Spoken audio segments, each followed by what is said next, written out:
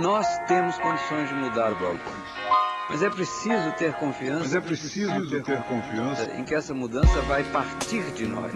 Não existe autoridade acima da soberania da ciência. Não existe autoridade.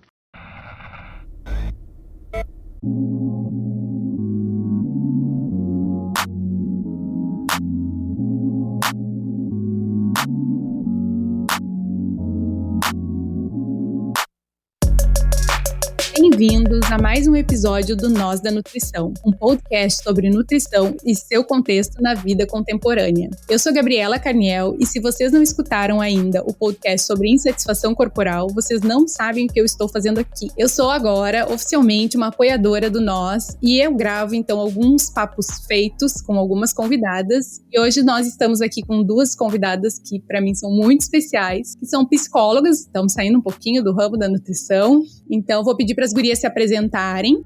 Olá, é um prazer estar aqui. Eu sou a Camila, eu sou uma mulher cis, negra, bissexual, tenho cabelo crespo, com luzes loira e estou vestindo uma blusa preta e um colar marrom. Eu sou especialista em saúde da família e da comunidade, fiz residência no Grupo Hospitalar Conceição, sou especialista também em sexualidade humana pela FAVEM e estou realizando mestrado em psicologia social institucional na URGS. Olá, gente. Eu sou Fabiana, sou uma mulher cis, branca, bissexual. Sou psicóloga, fiz residência em multiprofissional em saúde da família e comunidade, né? Fiz com as gurias. Sou especialista em terapias comportamentais contextuais e atualmente eu estudo e dou aulas também sobre a terapia de aceitação e compromisso, que é uma terapia comportamental contextual. Então, como as gurias falaram, a gente teve o prazer, né, de fazer residência juntas e foi muito importante eu ter essa aproximação, né, da nutrição com a psicologia. E é por isso que eu convidei as gurias, então, pra gente vir falar um pouquinho sobre isso aqui no podcast. Como é, então, a relação e como surge nas consultas de psicologia a questão da relação com o corpo, da alimentação. Se faz diferença, né, quando tem um atendimento com nutricionista e as gurias, cada uma tem uma linha diferente, né, da psicologia. E aí, então, eu convidei as duas pra gente poder ouvir essas duas visões e qual a abordagem, né, quando surgem, então, essas questões relacionadas a corpo e à alimentação. Então, acho que as questões relacionadas a corpo e alimentação, elas surgem muito na clínica, né? Eu acho que a insatisfação corporal, ela é uma demanda, uma dor, né, de muitos de nós, inclusive, acho que principalmente as mulheres, né? E eu percebo, assim, que na clínica ela acaba surgindo muito como um obstáculo para a construção de uma vida mais valiosa, mais significativa, que é muito o que eu trabalho dentro da minha abordagem, assim. Então, eu percebo que quando eu vou conduzindo esse atendimento para compreender como está a vida da pessoa nesse momento, quais os valores, né, quais as questões que são significativas para ela, como que a gente pode direcionar as ações dela para que ela se aproxime disso. A tendência é que essas questões de corpo surjam de uma forma muito natural como um obstáculo, como algo que acaba parecendo algo a ser resolvido antes de começar a viver, assim, de começar a investir em questões que sejam significativas para elas, assim. Então, é como aquela coisa de preciso emagrecer para comprar roupas que eu gosto, preciso emagrecer para começar um relacionamento, para conhecer pessoas. Então, eu percebo que muitas vezes na clínica surge dessa forma. Eu fiquei pensando, ouvindo a Fábio, né, a provocação dela, algo que provavelmente é meio óbvio, mas que eu acho que é importante de dizer, né, é que nós, enquanto sujeitos, nós somos constituídas no social, no discurso social, no laço social, né. A nossa constituição social, ela vai perpassando, então, por um aspecto neoliberal, capitalista, né, racista, atravessado pela questão da colonização. Então, a colonização, ela vem e traz um modelo de gente, de pessoa, um modo de existir, um padrão. A partir desse padrão, então, é colocado que ali é ser uma pessoa humana, né? Então,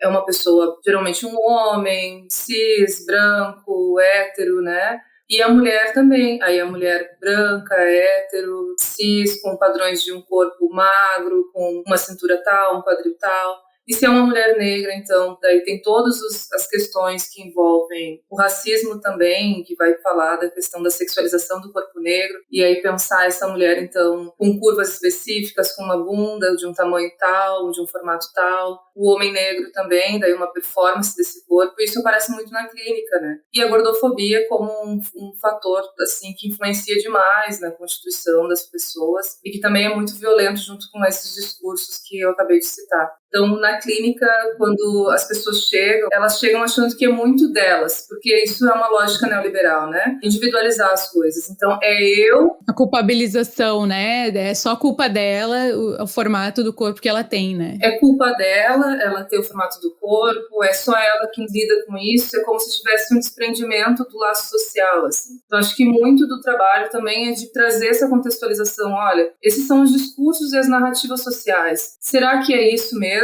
Será que são essas as narrativas que a gente precisa estabelecer para a nossa vida? Quais outras formas são possíveis? Quais outras formas de se ouvir, se reconhecer e se definir são possíveis, né? Então, acho que poder saber sobre esses atravessamentos sociais, eles nos ajudam a tirar isso da gente no indivíduo, no particular, e compreender esses fenômenos, e também se questionar se a gente daí precisa ou não querer corresponder a esse padrão, que para algumas pessoas é impossível, é um padrão de tanta violência que é impossível de alcançar. Aliás, o padrão estético como tal é colocado, acho que para todas as pessoas é impossível de alcançar. Algumas se aproximam mais, outras menos, né? Mas sempre tem essa questão, atravessa até as pessoas que estão mais dentro desse padrão, né? Ainda assim, acaba tendo algum tipo de sofrimento, mas com certeza, né? Algumas pessoas sofrem mais com isso. Quando chega uma pessoa para atendimento, muitas vezes ela já vem com o discurso, assim, da questão da dieta, sabe? Não, é que só preciso fazer uma dieta, como a Fábio falou ali, de chegar nesse corpo para poder viver, para poder ir pra praia, para poder botar uma roupa que eu goste, para me sentir bonita. E aí eu queria saber se chega isso para vocês com esse discurso do pensamento de dieta, se isso chega muito forte ainda para vocês, e quando chega, como que vocês lidam com isso? Como que vocês agem, né, com esses pensamentos? Bom, pelo menos para mim, assim, chega essa questão da dieta, ainda é uma questão, né, como uma solução, uma tentativa de uma solução para o processo de emagrecimento, especialmente, de tentativa de chegar a esse padrão. Já que eu convivi com a Gabriela na residência, com a Luísa e com outras nutris, essa experiência com elas me ajuda a ter uma escuta, de provocar elas, as pessoas que eu atendo, a se questionarem sobre essas dietas, assim, né? No sentido de que a dieta restritiva, ela gera muitas vezes compulsão, né? Foi o que eu aprendi com as minhas colegas nutris. Então, de provocar elas a pensarem nisso, assim, quais são as outras formas possíveis. A medicalização também é uma forma que elas falam, além da dieta, como forma de emagrecimento, assim, que trazem. Então, eu tento provocar de quais hábitos, então, poderiam ser mais interessantes no sentido da vida, no sentido da saúde. E também, já que para elas, para algumas é importante a questão estética, como gostar de si como se é e também como chegar nisso que se deseja, de alguma forma, sem que isso seja agressivo e violento com ela mesma, né? É muito legal, porque eu acho que o caminho que a gente vai fazendo é muito parecido, assim, Camila, fiquei te ouvindo e pensando sobre isso, assim, como a Camila falou, né, a gente é atuante na clínica, né, nós somos psicólogas clínicas. Eu percebo que é muito comum as pessoas falarem sobre isso, né, principalmente fazer restrições para um objetivo, como, por exemplo, agora, né, eu tenho percebido esse movimento, assim, na clínica de pacientes que chegada de setembro, outubro, começa com esse movimento do projeto verão, entre aspas, assim, né, que seria buscar fazer restrições até restringir carboidrato, restringir doce, fazer esses cortes, né, até, sei lá, dezembro, para poder estar magra nas festas de final de ano, né. E eu acho que é uma lógica bem comum e, na real, bem legítima, né? A gente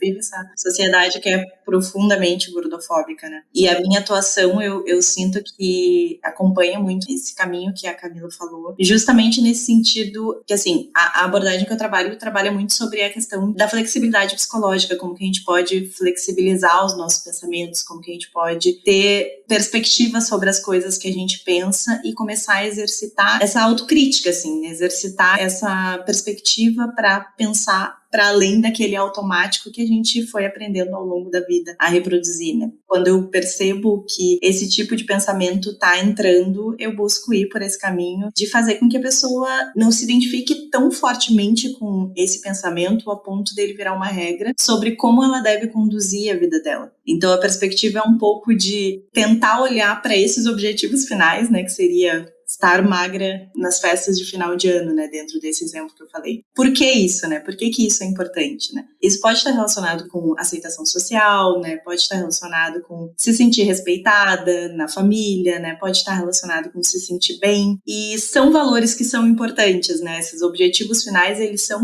legítimos e importantes que a pessoa tenha, busque caminhos para chegar até lá. Mas como a Camila falou, assim, não precisam ser caminhos tão cruéis consigo mesma, né? Não precisa ser por essa autocobrança, por essa autocrítica, por essas restrições, né? Tem possibilidades para chegar nesses caminhos que talvez nem tenham tanta relação assim com o corpo, só que parte muito dessa perspectiva de mais flexibilidade para pensar em outras formas de chegar nesse caminho. E, Fábio, te ouvindo, eu fiquei pensando em algumas coisas que direto, assim, surgem nos meus atendimentos, que é quando elas falam assim, eu olho, principalmente mulheres, né? Eu vou falar no feminino, porque o meu público maior é mulheres, e quando eu atendo homens, a pressão estética realmente, como a gente já falou aqui, acaba atingindo muito mais as mulheres, né? Elas falam muito da questão de...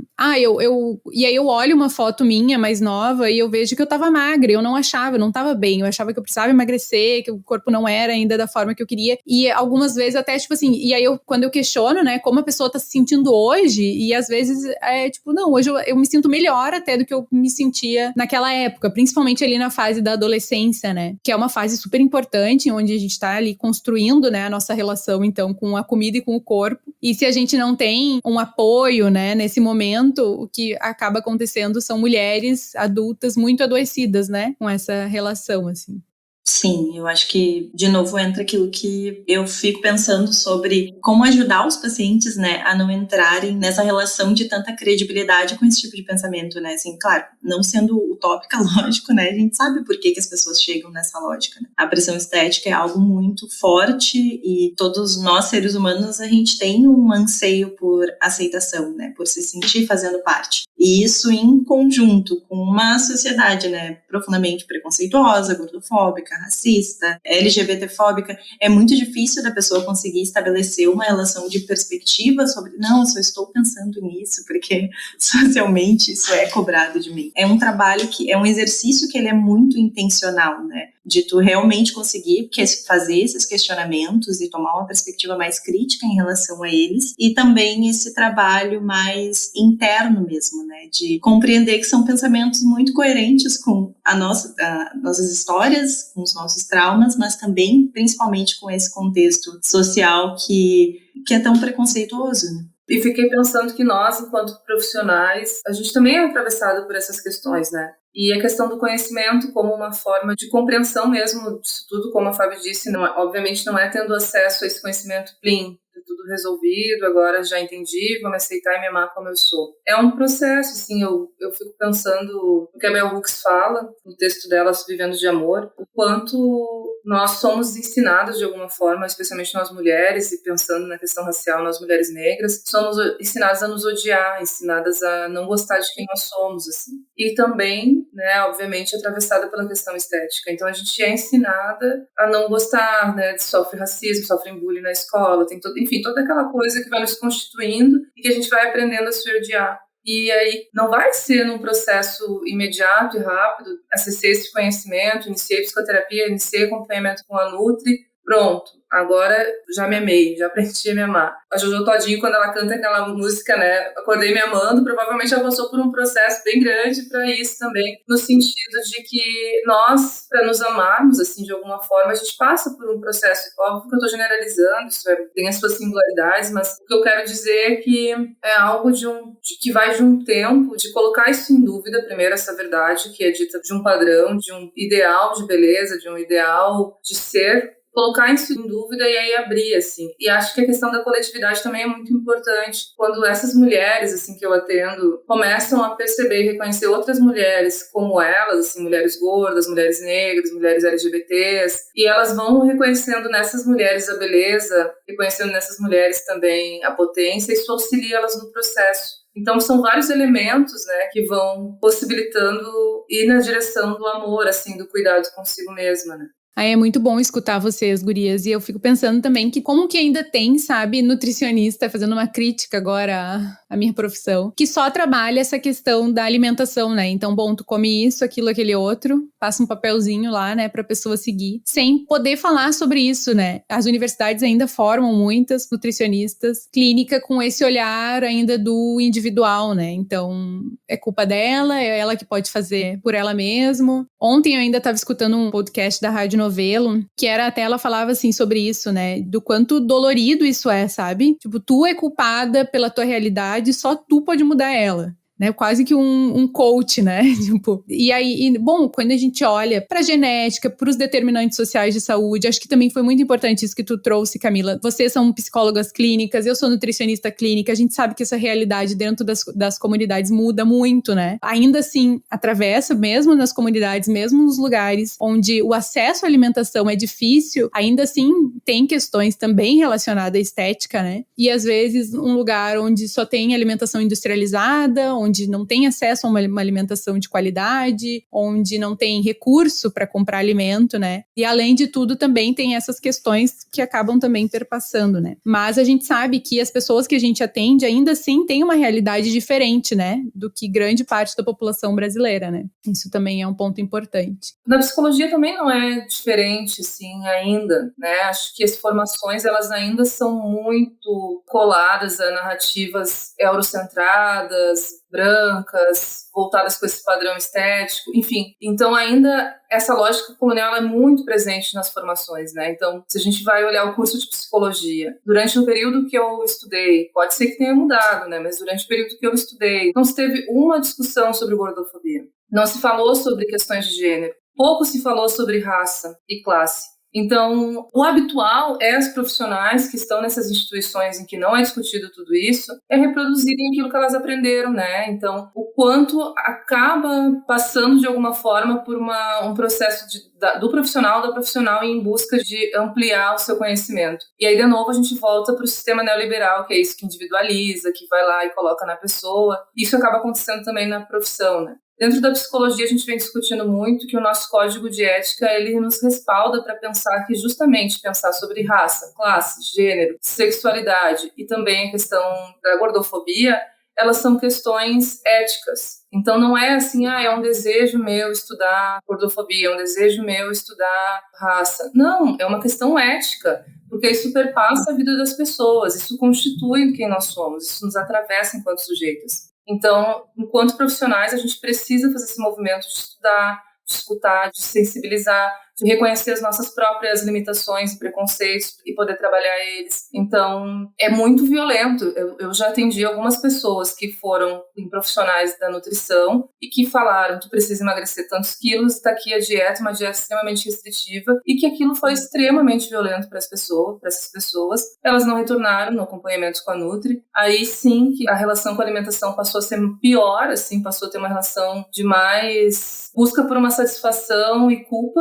Então, tem uma relação entre a culpa e a satisfação, né? E também dentro da psicologia, já ouvi pessoas que eu atendo também dizer que passaram por outras pessoas da psicologia e que também reproduziam essa lógica, né? De um emagrecimento, de um padrão, enfim. Então, o que eu quero dizer é que a gente precisa pensar a formação também, né? A formação também precisa passar por mudanças. Mas o código de ética de vocês, aparece essas questões? Não, aparece assim, que é dever do psicólogo, da psicóloga, combater todas as formas de discriminações e preconceitos. Ah, tá. Bom, na nutrição a gente também não fez discussão nenhuma, né? Eu ouvi falar sobre gordofobia pelas redes sociais e fora da universidade, né? Agora sim, agora eu voltei, tô fazendo mestrado, voltei pra URGS também, na nutrição mesmo, e aí a gente tá falando que é justamente o que eu tô estudando, né? Que é discriminação e comportamento alimentar e saúde mental. Que tem uma professora, então, que estuda isso na URGS. Mas é isso, assim, né? É novo, né? É como se fosse novo, porque isso tá caminhando dentro da universidade agora, né? Graças às ações afirmativas, né? Mas enfim, continue. Não, exatamente.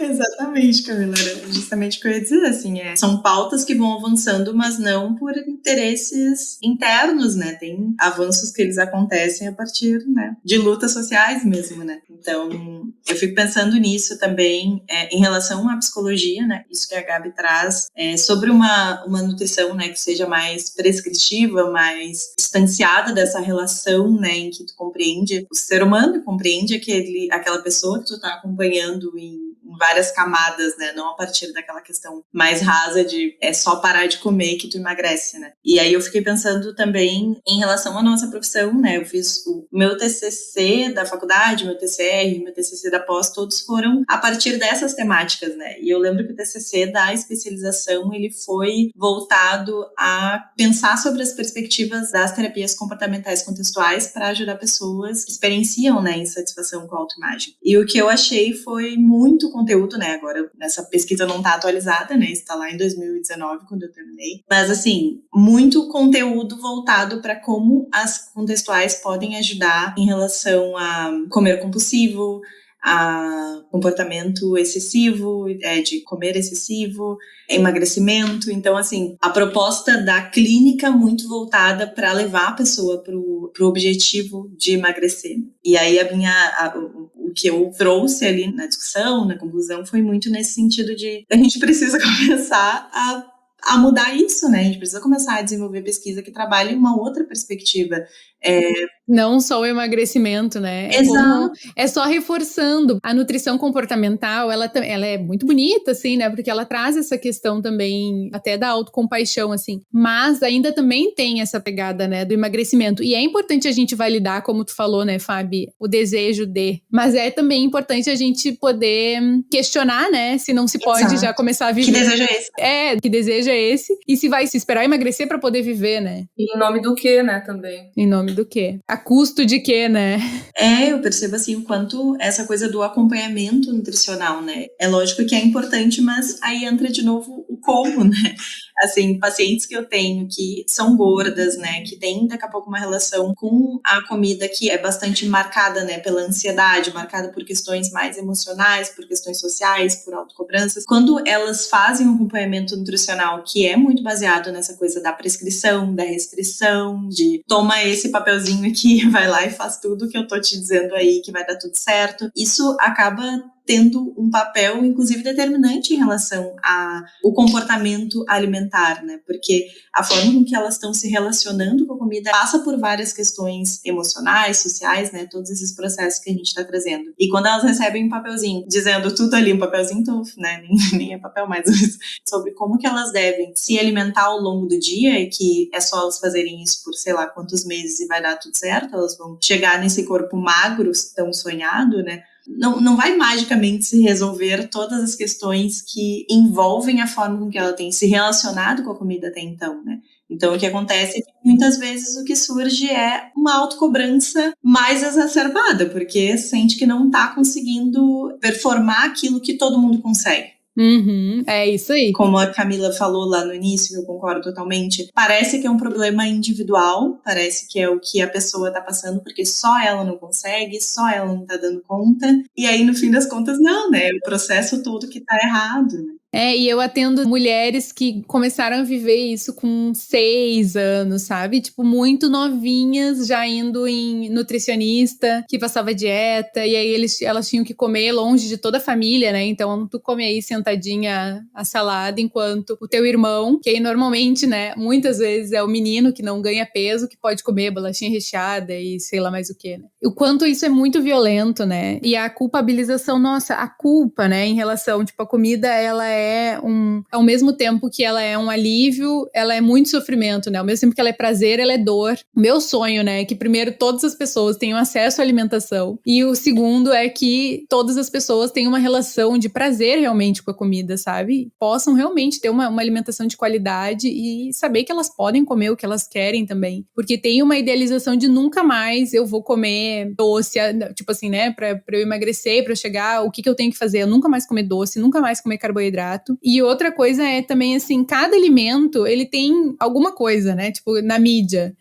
Não pode comer arroz porque é carboidrato. Não pode comer pão, farinha, inflama, glúten, sei lá o quê, a lactose. E aí, cada alimento que tu vai comer, ele te gera uma culpa, né? E aí, bom, se eu vou sentir culpa, então eu vou sentir culpa por algo que realmente vale a pena, entre aspas, sabe? Então eu vou comer algo que não é saudável, que nem é o que eu quero, né? Que eu julgo que não é saudável. Nem sei se eu quero realmente comer aquilo. O quanto também o que a gente chama de terrorismo nutricional tá presente também, sabe? De tudo é culpa tua, tudo tu não pode comer. E aí, o que sobra, sabe? E te ouvindo, a gente também fica pensando no que tu falou um pouco antes sobre acesso, né? E aí a gente vai falar sobre questões de classe, né? De acesso a uma qualidade de vida onde tu pode ter uma variedade de alimentos, tu pode comer frutas, verduras, cereais, enfim, uma variedade mesmo de alimentos. E que bom, se a gente vai pensar para a maioria da população, o que é acessível é aquilo que é industrializado, que é barato, vai lá e compra uma bolachinha, R$2 e dá a sensação de saciedade.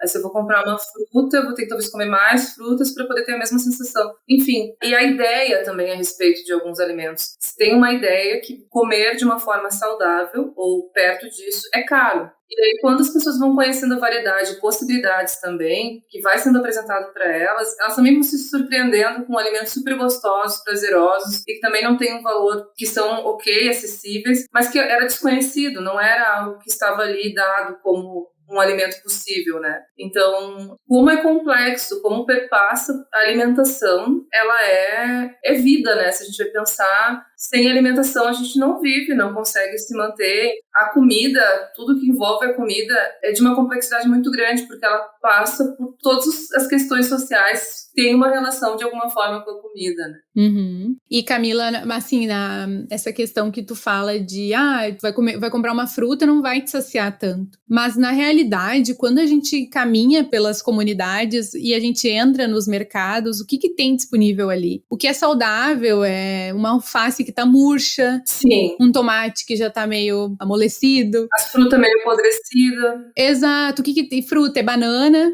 laranja talvez, sabe? É uma questão complexa, porque a gente entra também na questão dos agrotóxicos, que foi no nosso governo passado, foi liberado muitos que são proibidos em muitos lugares. Então também é a mesma essa alimentação que é mais saudável, como é que ela tá chegando pra gente, sabe? Eu lembro que teve uma época que foi 80, mas esses dias eu escutei que ele liberou, mas eu também não tô trazendo dados aqui, tá? Certinho, mas parece que foram mais de 100 agrotóxicos liberados no governo anterior, que são proibidos em diversos outros países, inclusive nos países que formularam, eles produzem o agrotóxico, mas eles proíbem a utilização desse agrotóxico no país, porque vários são cancerígenos, já foi comprovado os malefícios, sabe? Então é isso, né? Não chega o que tem nos estabelecimentos, normalmente são alimentos industrializados, que estão com preço realmente mais acessível, então a gente só simplesmente ficar falando que as pessoas precisam comer saudável e fazer exercício físico, isso é completamente desconexo da realidade, sabe? Se tu tem só esse discurso. Então, a gente tem que olhar pra tudo isso, né? Não tem como. E aí, quando a gente entra na questão de tipo, mas teu paladar se acostuma com aquilo que tu come, né? Então, talvez se tu for comer uma fruta, talvez tu não vá gostar. Eu tenho um podcast do Mano Brown, que é com a Bela Gil, que ele fala, não, mas o pessoal da quebrada não gosta de suco verde. Tá, mas o que o pessoal da quebrada vem comendo há muito tempo, sabe? O que eles estão tendo acesso? Então, também é difícil, a gente vai construindo o paladar, né? Então é tudo isso. Mas aí eu queria saber se vocês discutem caso com o nutricionista. Eu sei que discutem porque a gente já discutiu vários, né? E faz muita diferença, né? Eu já começo dizendo que pra mim eu adoro, eu sempre pego o contato da psico pra discutir o caso, mas quero saber de vocês. Aproveitando para dizer isso, assim, aquela hora eu estava falando, né, do acompanhamento das profissionais, da nutrição e da psicologia, e é isso, tem profissionais incríveis, tem nutricionistas que são muito cuidadosas, éticas, né, que estão muito alinhadas a pensar essa crítica social, esses atravessamentos. Nós estamos aqui com uma, né, com a Gabi. Não, obrigada. E sempre que a pessoa me abre essa possibilidade de discutir com uma nutricionista, eu troco contato, converso, mas isso também eu vou avaliando conforme a pessoa vai me dando essa abertura, né? A pessoa que eu tô atendendo, ela me dá essa abertura para fazer esse contato, ela me autoriza. Se ela me autoriza, eu acho ótimo, acho excelente até para nós. Ter um alinhamento, uma ideia, assim, de por onde seguir questionando, provocando, apontando, né? Porque daqui a pouco a Nutri tá falando uma coisa, eu tô falando outra e a pessoa tá ali, opa, o que eu faço com essas informações? Então, é bem importante e realmente a relação que as pessoas vão desenvolvendo com a comida, quando elas têm um bom acompanhamento nutricional, é muito significativo, assim, né? De se perceberem, de se relacionarem com a alimentação de agora, é o momento de vou me alimentar agora. E aí se conectar com aquele momento, de poder selecionar aquilo que vai comer, de poder pensar sobre isso, de poder ter uma crítica também sobre quais os objetivos, né? Então, faz muita diferença, assim, mas é isso, quando a profissional é uma profissional crítica, que questiona, enfim. Mas eu gosto muito de discutir casos com nutris. Eu concordo. É bem nesse caminho que a Camila falou mesmo, assim, acho que quando a gente consegue ter um alinhamento em relação a qual perspectiva a gente está dando para esse comportamento alimentar, enriquece demais o trabalho, assim, a gente consegue caminhar juntas e pensar sobre perspectivas semelhantes, compartilhar questões que vão ser muito pertinentes para os atendimentos uma da outra, né? Tanto questões que acontecem na sessão para consulta com a Nutri, quanto da consulta para a Nutri para sessão. Então, acho que é uma troca que ela é muito rica e eu amo fazer ela, mas com certeza essa questão do alinhamento, assim, da perspectiva pela qual a gente olha o contexto do comportamento alimentar, da alimentação, das questões sociais, críticas envolvidas, importa muito também. Eu sempre faço claro, né, também questiono o paciente se tem essa permissão e se ele tá de acordo, e aí se ele me passa o contato, então eu sempre procuro a psicóloga, porque acontece, até para explicar o meu trabalho, como as pessoas estão mais acostumadas com a nutrição tradicional, né, essa que é prescritiva, que pesa, que mede, e principalmente, às vezes já surge na consulta, esses dias surgiu até que é tipo, minha psicóloga falou que é só fazer o IMC, e eu fiz e não gostei, tipo, do que eu vi, né? Primeiro que a alimentação, todo mundo se alimenta, né? Então todo mundo sabe, todo mundo quer dar pitaco, né? E isso também, assim, já sabe se pesar, o IMC também tá muito disseminado, todo mundo sabe fazer o cálculo, né? E aí acaba acontecendo, assim, de algumas consultas da psicologia isso surgir, e aí então eu sinto assim, tipo, não, eu realmente preciso conversar com esse profissional pra gente realmente estar alinhado, assim, sabe? E realmente sempre é muito bom, sempre sou muito bem recebida, a gente sempre tem uma discussão importante, assim, e eu falo por que não, né,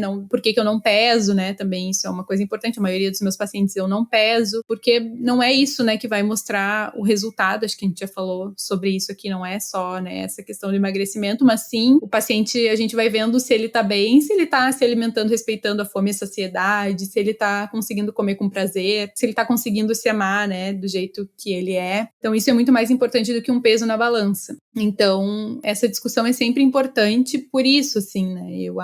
Gosto muito sempre de fazer. E eu aprendi muito com vocês, né, gurias? Eu acho que a residência, ela é intensa, mas ela é muito maravilhosa, porque a gente conhece profissionais maravilhosos e nos possibilita isso, né? Tipo, hoje a clínica, ela é um pouco... Camila sempre fala, a clínica é solitária, né? Ela é solitária, realmente. E a gente tem que ir, então, procurando os profissionais para discutir. E a residência, já a gente tinha isso ali, né? A gente fazia consulta conjunta, a gente fez grupo, né, Fabi? Não sei se a Camila chegou, acho que não, a participar do grupo de comportamento alimentar. Participei pontualmente. Fez, né?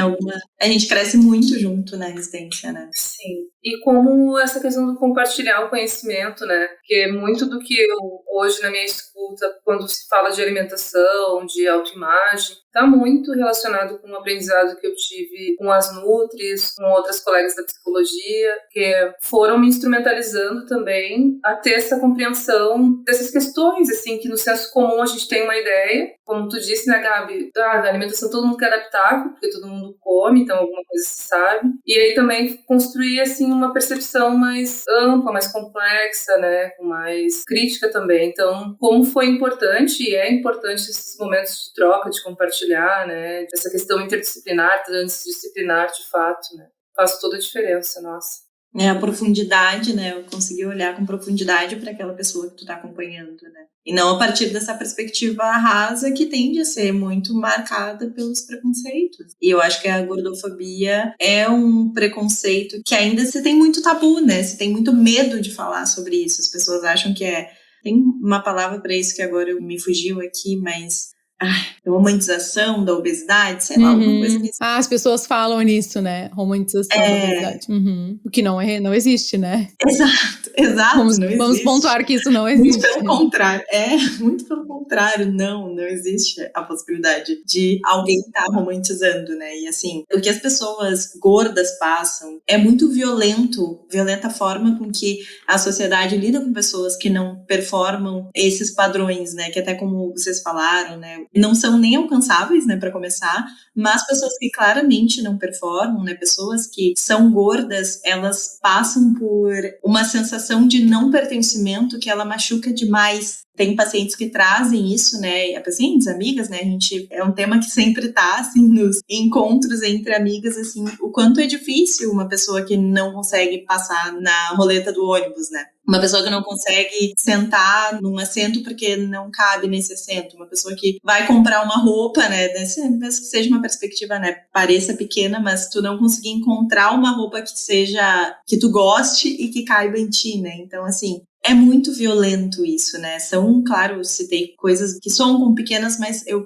percebo, assim, a dor que isso causa nas pessoas e o quanto é difícil carregar essa sensação de não pertencimento, essa sensação de não aceitação, né? De aqui eu não caibo aqui, literalmente. Nossa, isso é muito pesado. E aí eu lembro do meu TCR, né? TCR, acho que a Fábio também falou, é o trabalho de conclusão da residência, que eu trouxe justamente essa questão, né? Eu fiz um estudo de caso e ela trazia, então, que ela foi numa entrevista de emprego e aí já tinha essa dificuldade do ônibus, né? Que já era um sofrimento, e aí lá na entrevista ela viu que a pessoa foi preconceituosa com ela em relação, e ela fala, né? Tu acha que eu não sirvo pra vaga porque eu sou preta e gorda? E aí ela fala, eu volto pra casa, eu desmoronei, eu engordei mais, eu não consegui mais emprego, eu não saí pra canto nenhum, eu não fui no casamento de nenhum irmão meu. Então, assim, se parece pequeno, não é, né? É muito sofrido isso. Todo lugar que tu vai, tu tem que pensar se tu vai poder sentar na cadeira, se tu vai conseguir passar na roleta, né? E a maioria da população brasileira tem entre sobrepeso e obesidade ali, né? Então, tipo assim, a maioria da população tá passando por questões assim, sabe? E a gente não tá olhando pra isso, a gente tá dizendo que a culpa é do indivíduo, a gente não tá mudando a roleta do ônibus, a gente não tá mudando o assento do avião, a gente não tá mudando o assento do ônibus, a gente não tá mudando as cadeiras, sabe? E eu fico pensando quanto isso vai ficar além do corpo, né? Esse relato que tu trouxe do teu trabalho de conclusão de residência é uma coisa que ultrapassa a relação que a pessoa estabelece com o corpo dela, né?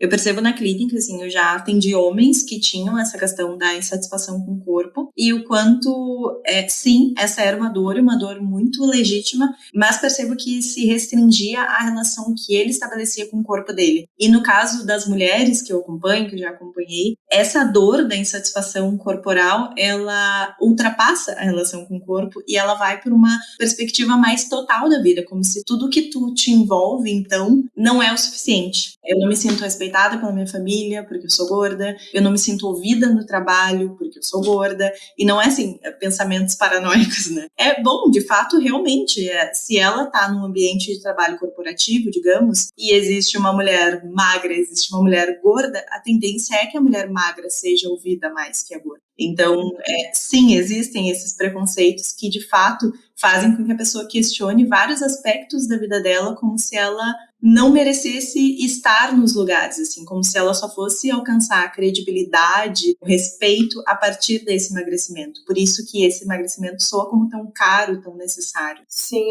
eu fiquei pensando o quanto realmente a gente precisa pensar em mudar os espaços, né? O quanto, como a Gabi falou, precisa se pensar esse ônibus, esse avião, esses lugares, né? Os espaços, literalmente, assim, mudar essa percepção. E como a Fábio estava dizendo, assim, é algo que fere a existência, né, da pessoa, a forma da pessoa existir. Então, é muito violento, né? Nessa narrativa que a Gabi estava contando dessa mulher negra e gorda, assim. E aí, quando a gente vai pensar em interseccionalidade, então, vai complexificando mais as coisas ainda, né? O elemento de raça, de classe, de gênero, da gordofobia, enfim, a LGBTQIA+. Então, o quanto realmente é complexo, e a gente precisa pensar que a vida, a humanidade, é plural, ela é diversa. Esse contexto e essa ideia que a colonização nos trouxe, né, de existência de um padrão, ela foi uma narrativa necessária para o capitalismo, para a escravização, e que até hoje ela é utilizada nesse viés do capitalismo, assim, né, da lógica do poder, do consumo, mas que nós, enquanto sociedade e enquanto profissionais, né, que estamos em atendimento, a gente precisa ampliar mesmo as nossas percepções enquanto sujeitas, sujeitos e sujeitos, porque nós somos muito mais diversos, assim. E fiquei pensando também o quanto é violento para uma pessoa que ela vai buscar cuidado, ela vai num serviço de saúde, ela vai num acompanhamento profissional, um nutri, psicólogo, enfim, buscando um acompanhamento de cuidado, de saúde. E aí eu vi essas lógicas que reproduzem violência, né? Reproduzem gordofobia, racismo. É de uma violência gigantesca. Eu estou indo lá, fiz um movimento de cuidado, estou indo lá para ser atendida, para ter um espaço onde a pessoa vai me perceber, vai me acolher, vai me ajudar a pensar estratégias de cuidado para mim. E ao invés disso, eu recebo violência. O que eu faço com isso? E tem toda uma questão de uma ideia, de uma relação de poder, de alguma forma, querendo ou não. Eu suponho que aquela pessoa que eu estou buscando, aquela profissional, ela tem um conhecimento e um saber que eu não tenho. E aí essa pessoa que tem um saber que eu não tenho está me dizendo como eu devo existir, que tipo de alimentação eu tenho que ter, que corta tudo que eu gosto, que daqui a pouco o meu corpo, que é quem eu sou, não pode existir, tem que ser de uma outra forma. Então, como nós, enquanto profissionais, a gente precisa encontrar outras estratégias, assim, né? E pensar essa diversidade que é a vida. E também, quando a gente estava falando antes de materiais a gente tem horrores. É isso, a formação precisa mudar, mas não é por falta de material. Material tem horrores. É porque a educação ainda, ela é atravessada por essa lógica capitalista neoliberal. Então, acaba reproduzindo conhecimentos nessa linha. Então, a gente precisa buscar esses outros conhecimentos que tem aí muita produção. E tem, então, a gente precisa correr atrás desses movimentos de estudo, de conhecimento, né? Para não ser reprodutor de violência. Sim, e Camila, te escutando, assim, eu fico pensando, porque agora com o projeto do mestrado eu fico estudando muito sobre determinantes sociais de saúde, né? E que, tipo assim, na faculdade, eu lembro muito bem da aula da professora falando, pessoas negras têm muito mais pressão alta. E aí, quando começa a estudar, né, a gente vai ver que, na verdade, por que tem essa pressão alta? E aí, quando eu comecei a olhar também, estava lendo sobre as questões de identidade de gênero e orientação sexual, que essas pessoas também, as pessoas que sofrem violência, acabam também tendo muito mais pressão alta. O quanto que a discriminação faz essas pessoas estar sempre num estado de alerta, né? O quanto, e a questão da minha paciente também, que ela diz que ela vai para casa e ela come muito mais, então, o quanto que o próprio preconceito leva, né, toda a discriminação que essas pessoas levam, além de, bom, quem são as pessoas que moram na periferia, né? Quais os lugares? Ou, por exemplo, agora com essa chuvarada que muita gente, né, que alagou muitos lugares, quem são as pessoas que são atingidas? Como é que tu tem que estar, né? Tu tá sempre em estado de alerta, às vezes numa região que é violenta. Tu está sendo violentada por ser uma pessoa preta, por ser uma pessoa gorda, por ser uma pessoa LGBTQIAP+. Então, como que esse corpo, ele tá vivendo, né? Por mais que ele consiga ter uma alimentação saudável, e aí por isso que eu disse até que, claro que a classe é mais um fator, né? Mas quando a gente vai olhar questões de adoecimentos de pessoas negras que têm uma ascensão na sociedade, elas também acabam tendo questões de saúde como pressão alta, porque além delas terem subido, né, terem uma classe social melhor, elas ainda passam por muitas violências, né? E que esse corpo tem que estar sempre num estado de alerta, né? A violência, ela pode e muitas vezes gera um adoecimento, né? Gera traumas que geram adoecimentos de diversas ordens, porque nós somos nosso corpo, nós somos seres integrais, né?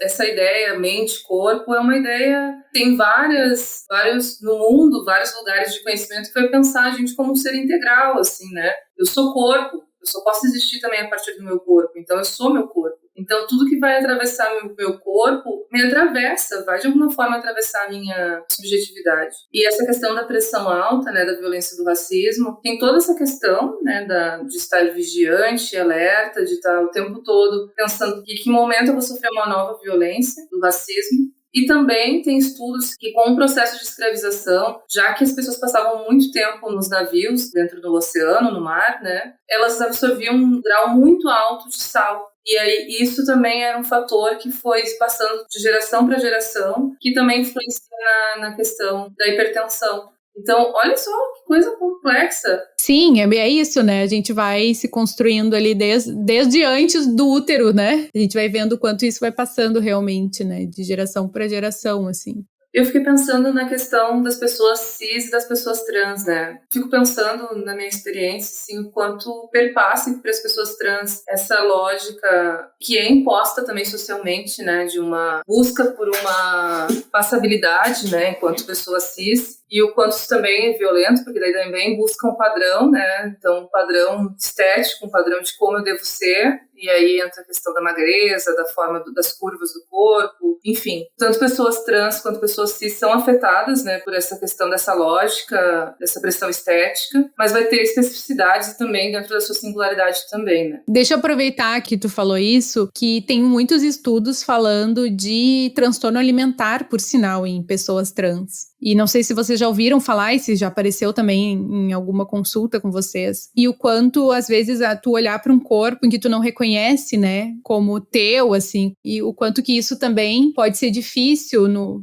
processo terapêutico, mas no processo em relação à alimentação também. Sim, essa questão dessa idealização e desse padrão muito provavelmente vai afetar todas as pessoas em alguma medida, né? Algumas mais, outras menos. E aí tem essa questão da interseccionalidade que a gente estava falando e falando agora quanto às pessoas trans, né? Acho que essa questão de desenvolverem transtornos alimentares vai nessa direção, né? De buscar esse ideal desse corpo que é colocado. Dentro do movimento trans, pelo que eu acompanho, se faz também várias críticas quanto a isso, tem tido vários trabalhos falando sobre essas questões dessa pressão estética, da passabilidade, enfim. Essa discussão é bem importante também. Bom, a gente já falou um pouquinho sobre essa questão, então, de gênero, mas eu queria saber se isso aparece, se vocês atendem, né, homens, e se tem uma questão, assim, relacionada à pressão estética, e qual a diferença, assim, né? O que eu noto, às vezes, né, nas consultas, é que os homens, eles têm um pouco mais de dificuldade de se aprofundar em algumas questões, né? Mas queria saber se isso com os homens também surge na clínica para vocês. Surge essa questão, mas é numa perspectiva bastante diferente, assim. Acho que ela é mais voltada para a questão sexual, para o desempenho sexual, e quando eu penso em homens racializando, homens negros mais ainda, assim, os homens negros têm uma pressão muito grande de que eles têm que transar de uma forma tal, mais selvagem, com uma pegada específica, de um jeito que vai deixar a mulher louca, enfim. Coisas bem difíceis e atravessadas por racismo, né, obviamente, e que vai colocar nesse homem essa pressão de que ele precisa performar isso. E aí isso passa pela estética, passa por eu preciso ter um corpo com formato de músculos, preciso ter um pênis com tamanho tal. E aí, se eu estou gordo, minha barriga influencia como meu pênis fica visível, enfim. Então, afeta, mas me parece que vai mais nessa perspectiva sexual, assim.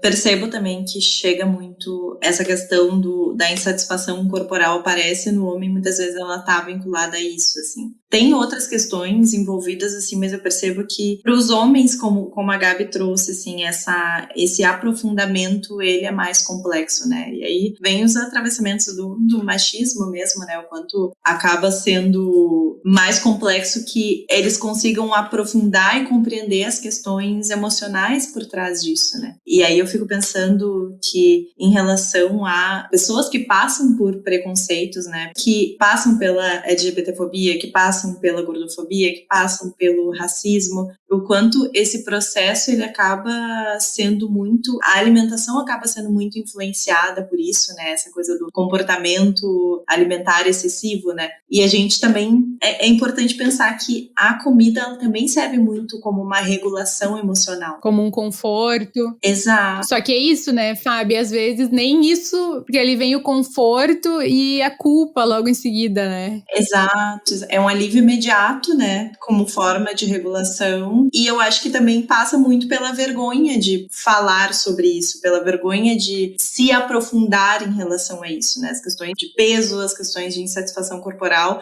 às vezes, inclusive, elas demoram para surgir na clínica justamente por essa vergonha, né? Por a pessoa já carregar essa sensação de não pertencimento, de não aceitação por conta de todos os preconceitos que ela vai passando, né? Todas as violências que ela vai passando. Isso que a Camila trouxe, né? Sobre a consulta, né? Com profissionais da saúde, né? Da medicina, né? Também é uma profissão que entra muito nisso, que é essa visão muito rasa em relação às questões de saúde, né? E eu acho que tudo isso contribui para a alimentação acabar também tendo essa perspectiva de regulação dessas emoções, regulação dessas dores, regulação dessas... tentativa de regulação, na verdade, né? Eu falo regulação, mas na verdade a gente sabe que não regula, né? É uma tentativa de fuga daquela dor, de fuga daqueles pensamentos, e trabalhar sobre isso também acaba sendo muito complexo, porque envolve a culpa, envolve vergonha, envolve muitos processos internos. Exato. É que, na verdade, a gente precisa começar a levar isso para dentro de todos, principalmente com os profissionais de saúde, sabe?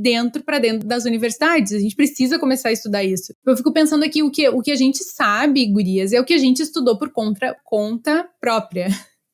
Né, sobre essas questões de toda a discriminação e de gordofobia. Como eu falei, eu vim da universidade da nutrição e a gente não estudar gordofobia lá, eu nem ouvi a palavra, sabe? Nem essa palavra eu escutei dentro da universidade. A gente precisa mudar isso. Quando a gente começa a estudar um pouquinho ali sobre discriminação, sobre determinantes sociais de saúde, sobre iniquidades sociais, quando a gente começa a ler sobre isso, a gente vai ver que uma das barreiras é, além do acesso à saúde, mas como os profissionais estão atendendo essas pessoas, né? E é todos os profissionais. É médico, ou é enfermeira, nutricionista, é psicólogo, a gente vai só reproduzindo, né? Então a gente precisa mudar essa realidade, né? É complexo, mas a gente vai falando, até que um dia alguém nos escute. Isso que a gente nem falou do capacitismo, né? Por exemplo. Não. Eu fiquei pensando também sobre a hora que a gente estava falando sobre a questão das pessoas gordas de não caber, né? A gente vai pensar nessas pessoas, né? Também pensando na questão de cadeira de rodas, de pessoas que não enxergam, de pessoas que não escutam, né? Como que é também essas pessoas também não cabem, né? Nesses lugares. E o quanto a gente precisa mudar a nossa perspectiva, né? Porque nós precisamos escutar essas pessoas. Tem muitas pessoas, muitas mulheres, cis, trans, homens, pessoas com deficiência, pessoas gordas, falando sobre essas temáticas, né? E a gente tem muito a aprender escutando. Então, por exemplo, quem acessa redes sociais no Instagram, tem milhares de páginas falando sobre tudo isso, assim. E o quanto é importante poder ter esse momento de escutar essas pessoas, escutar, por exemplo, a página no Instagram da Atleta de Peso. É uma mulher negra. Tá, então peraí, Camila. Opa! Vamos já então entrar pro nosso momento casca de nós, que a gente já tá se encaminhando pro final, que são as indicações. Então pode seguir. Tá.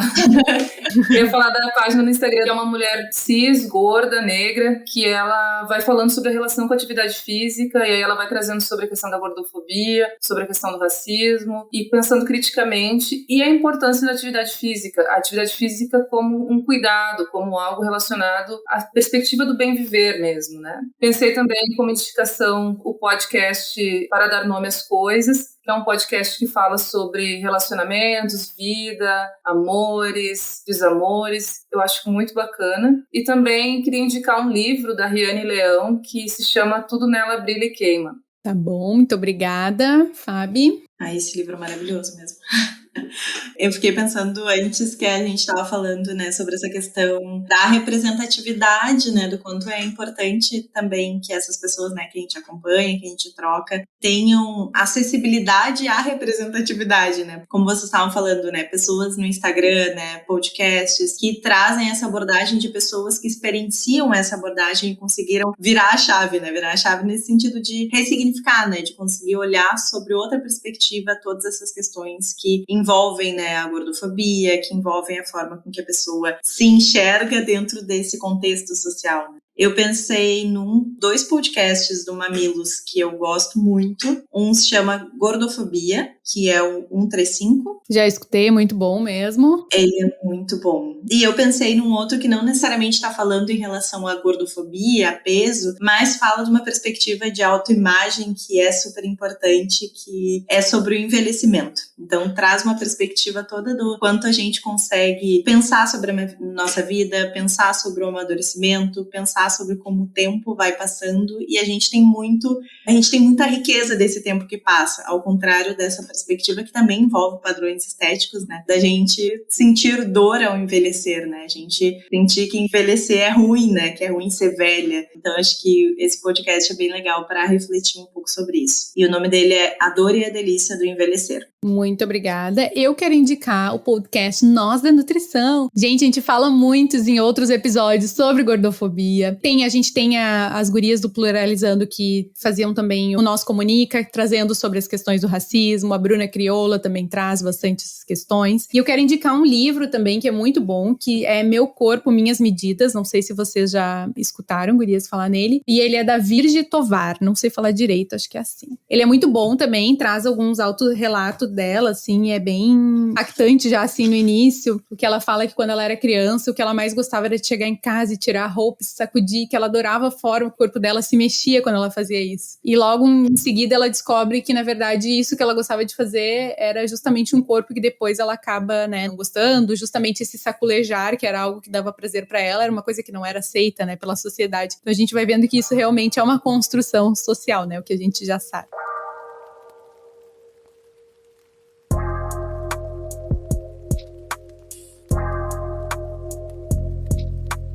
Mas é isso, meninas. Quero agradecer muito a presença de vocês aqui. Foi muito bom conversar com vocês. Voltem sempre, quando vocês quiserem. A Camila tá aí no mestrado, quando quiser vir aqui apresentar a tua dissertação. Fábio, quando tiver alguma temática que tá te incomodando, vem, traz pra gente. Vamos conversar de novo. Mas foi muito bom. Quero agradecer imensamente a presença de vocês aqui. Querem falar alguma coisa? Deixem seus arrobas aí pra gente poder indicar vocês. O meu é gabiperniel.nutri. Tá, então pausa para o arroba das meninas. Então tá, quero agradecer muito o convite, Gabi. Eu acho que, assim, iniciativa maravilhosa desse podcast. Eu tenho ouvido muitos e tô adorando, assim. Eu acho que são discussões muito pertinentes e necessárias, né? Tô muito feliz de ter participado, tô muito feliz de estar aqui com vocês. Quero agradecer muito esse convite, agradecer muito a Gabi, né, por ser essa guria que tá tão aberta, né, essa profissional que cresce muito a cada dia, assim, e que tem essa abertura para olhar todos esses contextos e trocar e compartilhar conhecimentos e ouvir. Então é maravilhoso sempre poder trocar com ela. E agradecer a Camila também, é maravilhoso poder estar aqui pra gente estar falando sobre as nossas vivências, né? O meu arroba, então, é Fabiana Flores Psi. E é isso, é um Instagram aí que eu tô sempre compartilhando conteúdos em relação à saúde mental, abordagem que eu trabalho. Eu também quero agradecer, né? Agradecer o convite. Muito bom estar com vocês, Gabi e Fábio. São mulheres que eu admiro imensamente e que eu tive a honra e o prazer de conviver com vocês cotidianamente por 2 anos. Então eu aprendi muito mesmo com vocês e sigo aprendendo. Sempre muito bom escutá-las. Agradeço também pela iniciativa, né, do podcast. Acho que aquilo que nós estávamos falando sobre formação, esse podcast é um ótimo instrumento, uma ótima ferramenta de provocação, de tensionamento, de questionamento e de mudança social, assim, né, a partir dessas discussões que são trazidas aqui. Então, parabéns por esse podcast. E meu arroba é Camila Dutra dos Santos, com 2 S, Santos S e 2 S no final. E também gostaria de compartilhar o arroba de uma plataforma de cursos que eu e uma grande amiga e colega estamos constituindo, que é arroba Saberes em Trancas. Então, siga a gente lá. Estamos produzindo vários conteúdos bem bacanas. Obrigada, gurias. É isso mesmo. A gente vai tentando usar a nossa fala, né, para poder trazer um pouquinho de mudança, né? Esperamos que estejamos atingindo esse objetivo. Então, quero lembrar vocês que o Nós da Nutrição ele é um projeto independente, por isso, se você quer que o Nós continue, siga a gente no Spotify, classifique a gente no Spotify, dá estrelinha, agora também tem uma caixinha lá, então pode nos mandar um elogio, uma pergunta. Segue a gente nas redes sociais, estamos em todas as redes como Nós da Nutricão, nós com Z. Conversem com a gente pelos comentários ou pelas DMs do Instagram. Muito obrigada por ficar até aqui e até o próximo episódio.